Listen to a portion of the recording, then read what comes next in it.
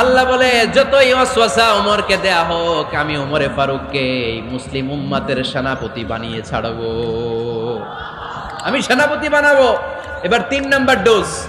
ডাক্তারের কাছে গেলে প্রথমে দেখবেন সিম্পল ডোজ দেয়, নরমাল ওষুধ। এটাতে কাজ না হলে ডোজ বাড়ায়, একেবারে কাজ না হলে অ্যান্টিবায়োটিক মারে, আছে না নাই?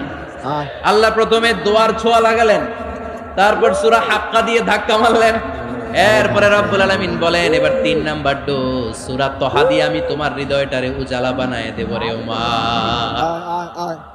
শয়তান ওদিক দিয়ে ওয়াসওয়াসা, খেলা দুই দিক থেকে চলতেছে। আল্লাহ তাআলা হেদায়েতের রাস্তায় টানছে, শয়তান জাহান্নামের দিকে টানছে।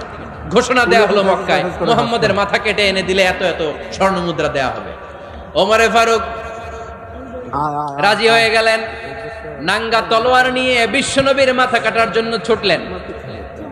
নাউজুবিল্লাহ পড়বেন না? বনু জাহরা গোত্রের এক লোক বলে, আইনা ইয়া ওমর, কই যাও? মুহাম্মাদের মাথা কাটতে যাই। আরে মুহাম্মাদের মাথা কাটতে যাও? তোমার বোন ফাতিমা বিনতে খাত্তাব আর তোমার বোন জামাই সাঈদ কদ সাবা, এরা তো ধর্ম ত্যাগ করে ফেলছে, এটা তো আমাদের ধর্ম ত্যাগ করে মুহাম্মাদের ফলোয়ার হয়ে গেছে। আগে ওমর ঘর সামলাও, পরে মুহাম্মাদের মাথা কাটতেছে।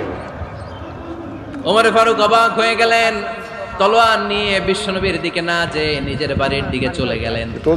বিশ্বনবীর আপন বোন ফাতিমা বিনতে খাত্তাব, বোন জামাই সাঈদ আর খাব্বাব রাদিয়াল্লাহু তাআলা আনহু তিনজন মিলে সূরা তহা তেলাওয়াত করছিলেন। পড়েন সুবহানাল্লাহ।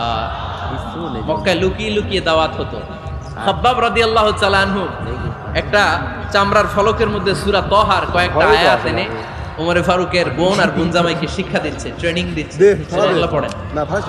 লুকিয়ে লুকিয়ে ওমরে ফারুক যখন ঘরে চলে আসলেন, এরা তটস্থ হয়ে গেল। সাইয়েদনা খাব্বাব বিছানার তলায় লুকিয়ে গেলেন। ওমরে ফারুক বললেন, দরজা খোলো।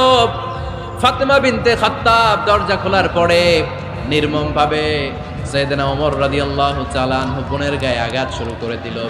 বোন জামাইকে আহত করতে শুরু করলো আর বলতে শুরু করলো, তোরা পাগল হলি কেন? কি আছে